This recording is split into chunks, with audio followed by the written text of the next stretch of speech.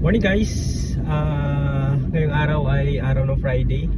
Sobrang hina ng booking natin ngayon dito sa GrabCar. So nag-start tayo ng 5:30 ng umaga. Tapos ngayon nga is mag alas 8 na ng umaga. So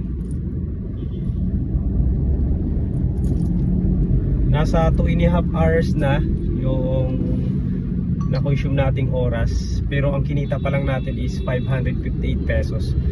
Nakakalimang booking pa lang tayo mula kanina.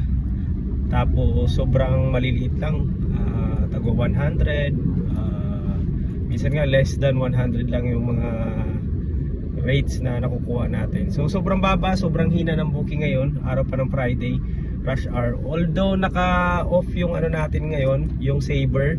So standard booking lang tayo ang kinukuha natin.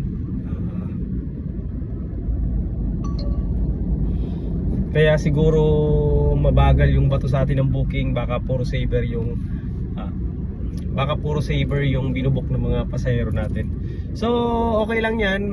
Mga ganitong araw talaga, ganitong buwan, medyo mahina talaga dito sa Grab. So tiyaga-tiyaga lang. Sana mamaya lumakas na yung booking natin.